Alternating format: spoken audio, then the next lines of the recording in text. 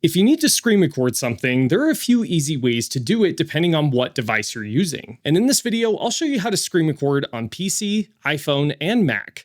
But more importantly, I'll show you how to get a lot more out of your screen recording by using Riverside. Because if you're just trying to quickly capture your screen, your built-in tools are probably enough. But if you're recording a tutorial, a webinar, a product walkthrough, or any type of content where you also need your camera, microphone, editing, and separate tracks, Riverside can make the entire process a lot easier. So let's start with the basics. If you're on a Windows PC, one of the easiest ways to screen record is with the snipping tool, or what a lot of people still think of as snip and sketch. To open it, you can come down to the search bar and type snipping tool, and it'll come up as the first option. Or if you're on Windows 11, you can press Windows Shift R to jump straight into a screen recording. From there, choose the area that you want to screen record. You can either click a section, create a rectangle of where you want to record, like this. Then you can click Start, and a countdown will begin, and Windows will capture that section of your screen. This is a great option if you just need to quickly record a tutorial, show someone where to click, or capture something happening on your computer. If you're on an iPhone or iPad, screen recording is also built right into your device.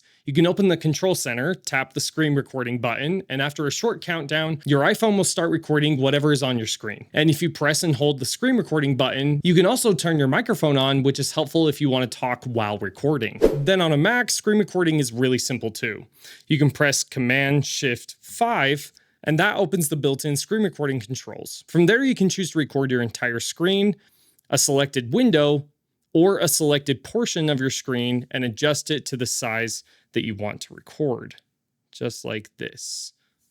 There's also some extra options with the Option tab to choose where it's being saved, if there's a timer at the beginning, which microphone you can choose, and the capture format. You can also choose to show mouse clicks, which is cool. Then you hit record and capture whatever you need, and then stop the recording when you're done. So yes, you can screen record on pretty much any device using the tools that are already built in. But here's where things start to get more interesting, because a basic screen recording is just that, a screen recording. And if you're creating content teaching something, making a tutorial, or walking through a product, you usually need more than just your screen. You might need your camera, high quality audio, and bring in guests.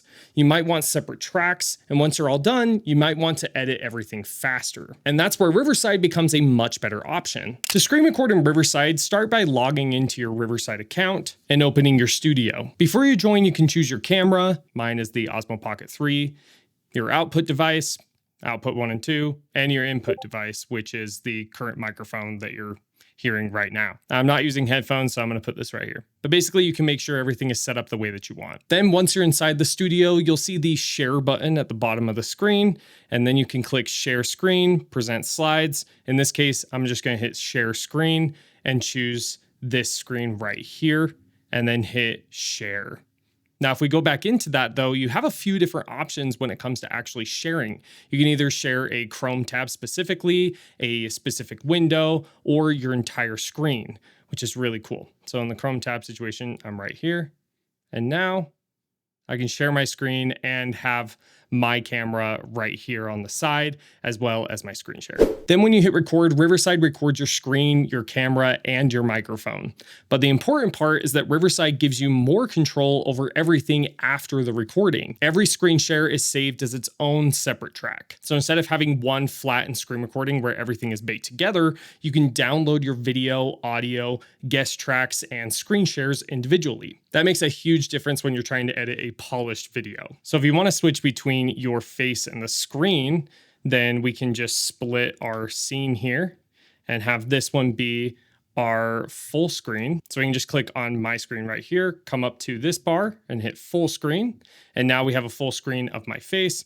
And then we can come back to split screen here, or maybe we want to change the layout a little bit. So we can actually come to layout, and we have all these different options to choose from. I like this one a lot, so I can have my face in the corner with the content on the main feed. And I can even change the sizing of this. I can move it around. You can get very, very customized right here. And it's not just that format. You can also change it to, a bunch of different presets if you want split screen, side by side, on top of each other if you have more than one guest. So you have a bunch of different layouts that you can choose from. In my opinion, that's one of the biggest reasons to use Riverside for screen recording recording, it doesn't just help you capture your screen, it helps you turn that screen recording into an actual finished video.